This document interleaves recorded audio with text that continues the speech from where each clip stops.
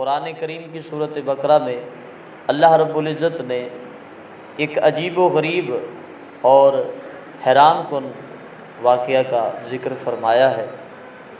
تفسیر ساوی میں اور اس کے علاوہ بہت سی تفاسیر کی کتاب میں یہ واقعہ موجود ہے۔ حضرت موسیٰ علیہ السلام آپ کی وفات کے بعد آپ کے خلیفہ مقرر ہوئے حضرت یوشع بن نون علیہ السلام۔ بعد میں اللہ تعالیٰ نے ان کو بھی نبوت کے تاج سے سرفراز فرما دیا۔ ان کے بعد پھر ایک اور خلیفہ آئے، پھر حضرت ذوالکفل یہ خلیفہ مقرر ہوئے، پھر اللہ تعالیٰ نے ان کو بھی نبوت عطا فرما دی۔ جب اللہ تعالیٰ نے ان کو نبوت سے سرفراز فرمایا تو آپ کے شہر میں جو آپ کی قوم والے لوگ بستے تھے،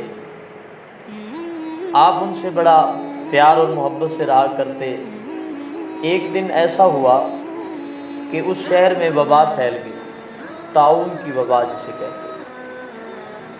اس طاعون کی وبا کے ڈر سے لوگ اپنے گھروں کو چھوڑ کر، یعنی شہر کو چھوڑ کر جنگل کی طرف روانہ ہوئے تاکہ ہم زندہ بچ جائیں، اس بیماری کی زد میں نہ آئیں۔ جب وہ لوگ اپنی موت کے ڈر سے اپنے گھروں سے نکل کے جنگل میں گئے تو اللہ رب العزت کو ان کی یہ ادا بہت ہی ناپسند آئی۔ اللہ تعالیٰ نے اپنے عذاب کے ایک فرشتے کو حکم فرمایا کہ اے فرشتے، جو لوگ اللہ رب العزت کی اس آزمائش سے اپنے آپ کو بچانا چاہتے ہیں اور موت کے ڈر سے بھاگ نکلے ہیں، انہیں یہ نہیں معلوم کہ زندگی اور موت تو صرف اللہ کے ہاتھ میں ہے، وہ اپنے آپ کو بچا لیں گے، جاؤ ان کے پاس اور میرے عذاب کی ایک چیخ مارو۔ فرشتہ آتا ہے، وہ لوگ جنگل میں جمع ہیں، فرشتے نے ایک زوردار چیخ ماری اور اللہ کا قرآن کہتا ہے کہ اس فرشتے نے اللہ رب العزت کے حکم سے انہیں فرمایا موتو، یعنی تم مر جاؤ۔ تو سب کے سب تقریباً 70,000 ان کی تعداد تھی، وہ 70,000 کے 70,000 وہی مر گئے جنگل میں۔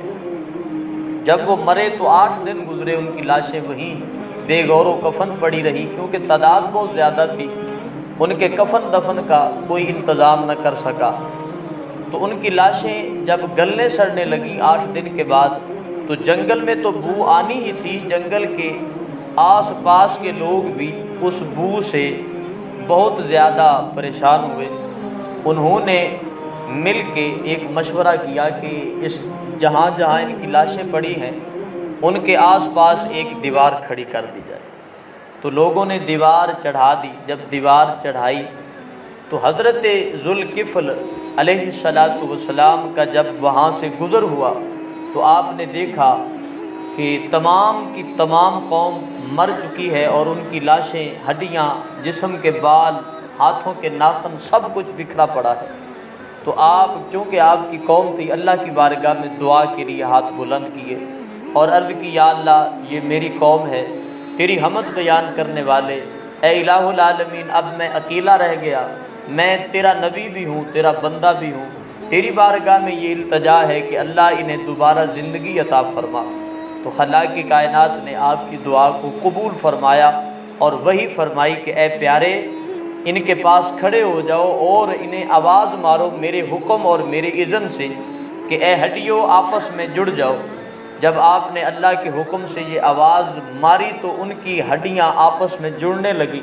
پھر جب ہڈیاں جڑ کے ڈھانچے بنے تو پھر آپ نے اللہ رب العزت کے حکم سے آواز دی کہ اے ہڈیوں ان پہ گوشت چڑھنا شروع ہو جائے۔ تو پھر اللہ کے حکم سے وہ ہڈیاں گوشت سے بھرنے لگیں۔ پھر جب تمام جسم مکمل ہو گیا تو پھر آپ نے انہیں پکارا کہ اللہ کے حکم سے اب اٹھ کے کھڑے ہو جاؤ۔ تو تمام کی تمام قوم اٹھ کے کھڑی ہو گئی۔ تو اللہ رب العزت کی بارگاہ میں شکر ادا کیا۔ اس واقعہ سے ہمیں کیا سبق ملتا ہے کہ اگر کوئی بیماری آ جائے، کوئی وبا آ جائے، کوئی پریشانی آ جائے تو بندہ بیماری سے نہ بھاگے بلکہ اللہ کی بارگاہ میں رجوع کرے، خالق کائنات کی بارگاہ میں معافی مانگے، اللہ تعالیٰ کو یاد کرے۔